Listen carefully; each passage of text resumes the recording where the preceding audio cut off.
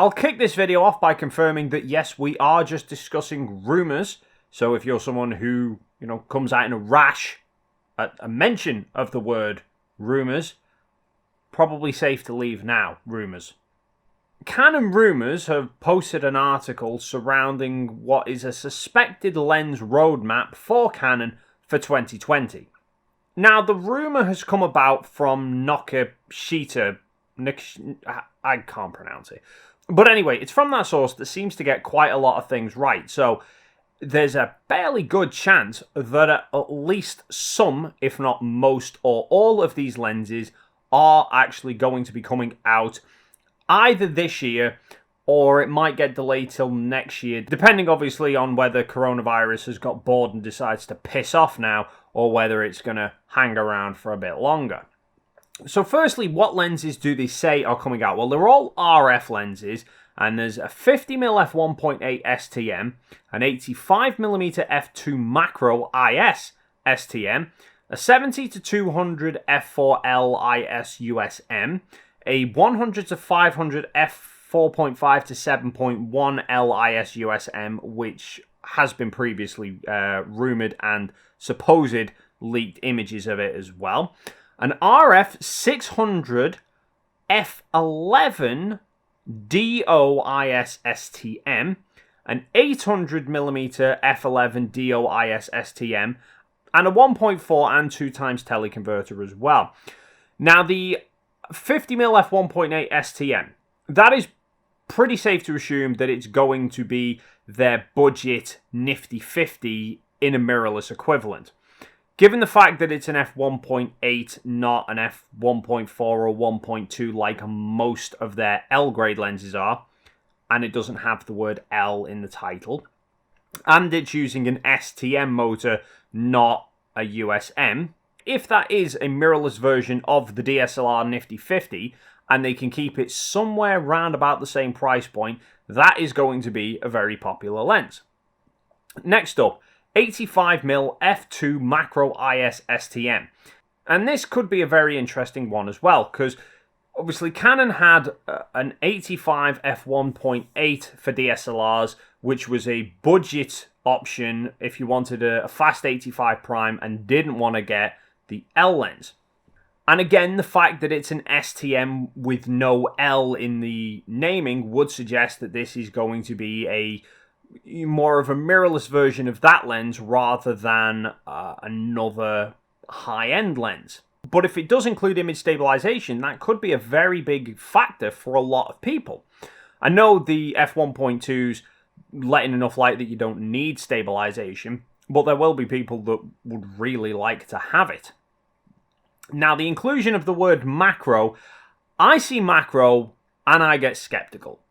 Because technically you can put the word macro to any lens that has a maximum reproduction ratio of more than 4:1, I believe it is. Sure, it's 4:1. So obviously there are a lot of lenses, particularly the budget super zoom travel lenses, that brand the word macro over them like they're a macro lens when in fact they're far, far from it. But the Tamron f2.8 prime lenses for Sony, they have a reproduction ratio of 2:1, which, alright, isn't true, real 1:1 macro, but it's still really usable. So it would be interesting to see how good the reproduction ratio of that 85mm really was. If it was 2:1 or even better, then that is going to be a really good all-round lens for people that want a good budget portrait and macro lens all in one. If it's less than 2:1, however, I'd probably say it's a little bit of a marketing gimmick. Next up, 70-200 f4 LIS USM. Again, has the potential of being an extremely popular lens, not forgetting that on the DSLR systems, Canon had a 70-200 2.8 and an f4, which were very similar to each other in terms of performances. The difference was the f4 was a stop slower, but with the benefit of being substantially smaller and lighter and cheaper. So presumably, it's going to be the same sort of concept with an RF lens. I'm going to guess that they will stick with the extending zoom design that they have with the 2.8. They're not going to go with an internal zoom like the DSLR lenses, which would mean an f4 70-200 is going to be a really small lens, which would make it brilliant for trying to pack it in your kit bag. 100-500 f4.5 to 7.1 LIS USM. We've covered this in a previous video. Like I said, it's already been rumored in the past. Obviously, the lens is influenced very heavily by the 100-400 lenses, but it takes it that little bit further by going from 400mm out to 500mm, but with the downside that whereas a 100-400 is an f4.5 to 5.6, this is going to be a 4.5 to 7.1. Now, my concern with that setup is the aperture is going to drop off significantly faster than a 100-400 would. Now, people have argued against that, saying that it wouldn't be the case, that it would be exactly like a 100-400. When you got to 400mm, it would still be 5.6, and then you'd extend it that little bit further, and it would drop to 7.1. Now, I'm not totally convinced that that would be the case, but obviously, we'll wait and see when the time comes. Now, the last two lenses on this list, for me, are the really interesting and also very obscure ones as well. So we have a 600 and an 800mm f11 DOIS STM. Now, straight away, you say 600mm and 800mm lenses, you probably immediately think of the big white super telephoto L-grade lenses for DSLRs that you'd quite often associate with professional sports photographers or out on a safari somewhere. But for those, the 600mm is f4, the 800mm is f5.6. Now, firstly, the fact that they're stated to be DO lenses, which is diffractive optics, will mean that they are not going to be as big as the 600 or 800mm lenses in terms of the physical length of them. Because the whole point of diffractive optics is they don't work in the same way as conventional. They manipulate the light in a very different way, so you can get away with a much shorter barrel than you normally would. I seem to vaguely recall Canon prototyping a 600mm f4 DO for DSLRs. So whereas the normal 600 f4 DSLR telephoto lens was bloody huge, the DO lens was substantially smaller, more like a 300mm f2.8. In fact, they give you the supposed length of it as 334.87. I'm presuming that's mil, which is pretty fucking small for a 600mm lens. So these are going to be substantially shorter, and the fact that they've gone with f11 means that the aperture diameter doesn't need to be as big, so the whole lens is going to be substantially narrower as well.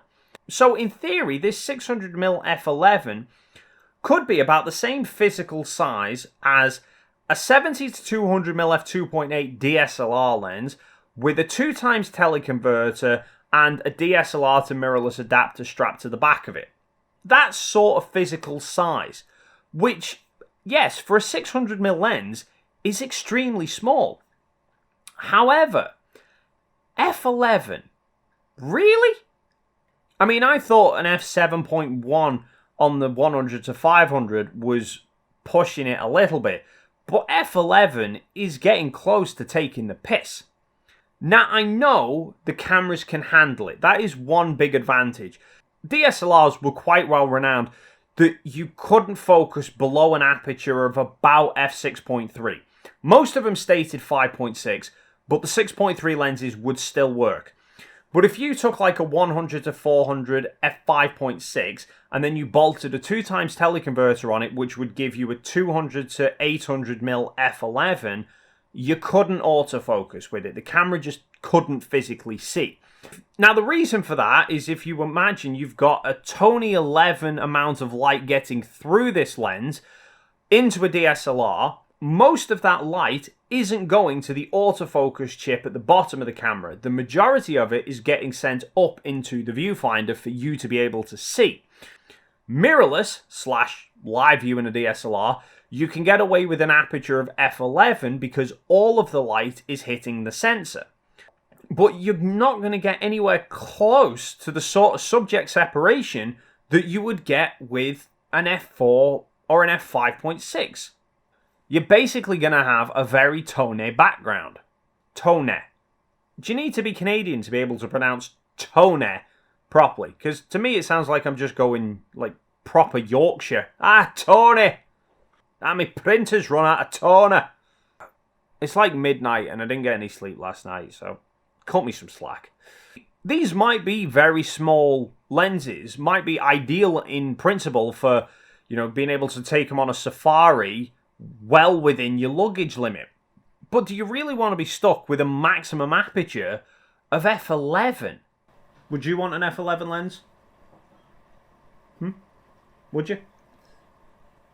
I'll take that as a no. Okay, if you're on a safari in the middle of Africa in the middle of the day, you're going to have a ton of light around. But if you're trying to capture animals at dawn or dusk, or you're shooting sporting events indoors or under floodlights or something, you're going to really struggle and have to be ramping the ISO up to something ridiculous to be able to get usable shots. That and the fact that they're going with STMs, not USMs. Now, on the one hand, if they are as small as I suspect they're going to be, there's not going to be as much glass to have to move around. So a really powerful motor isn't going to be that essential. But when you're dealing with such long focal length, you still need a pretty quick motor, and I don't know whether the STM drives are going to be up for it. If they're anything like the current STM lenses from Canon, they'll be ridiculously quiet, but they'll only be fairly quick. Certainly not the sort of speed that you would want trying to capture fast action stuff at 600 or 800 mil. It partly feels like Canon might be just forcing themselves to try and find some new niche in the market that no one is asking for. I don't think I've ever seen anybody ask for an f11 lens. But that 600 and 800 mil for me does reignite my belief that there is going to be an RF APS-C 7D equivalent on the horizon very soon as well. For the fact that 600, 800 mils long telephoto lenses are, as I said, focused more towards sports, wildlife sort of situations. But the non-L branding, the non-USM, and the f11 apertures clearly point towards them being more budget focused. Admittedly, I don't know quite how budget focused they're going to be, but they certainly will not be the 8 to 10 grand of the big DSLR telephoto lenses. So, at least at the minute, there's no 1D equivalent RF camera. There's no professional sports camera in the mirrorless format. Even if there was, I don't imagine most sports and wildlife professionals would be clawing to get at f11 telephoto lenses. They would probably stick to using their adapted DSLR lenses. So this is more focused towards the hobbyist and the enthusiasts. And even though the R5 is on paper pretty quick, I don't see it as being really a sports and wildlife camera. And even if it was, the hobbyists and enthusiasts who have an appeal for these f11 lenses probably aren't going to have an appeal for an R5. So I'm going to stay out on a limb and say that an R7, or something to that effect at least, is going to be on the horizon. An APS-C RF camera with really fast autofocus and shooting speeds focused at hobbyist sports and wildlife shooters. Would then be really interested in the 70 to 200s, the 100 to 500s, and these two f11 lenses, which will probably end up looking like them £70 eBay let's strap a shite telescope onto your camera sort of lens. But who knows? What do you make of it all? Which of these lenses would you be most interested in seeing and why? Leave your thoughts and comments in the box down below. While you're down there, if you enjoyed this video, please consider hitting the like and subscribe button. Thank you so much for stopping by, and hopefully I will see you in the next video.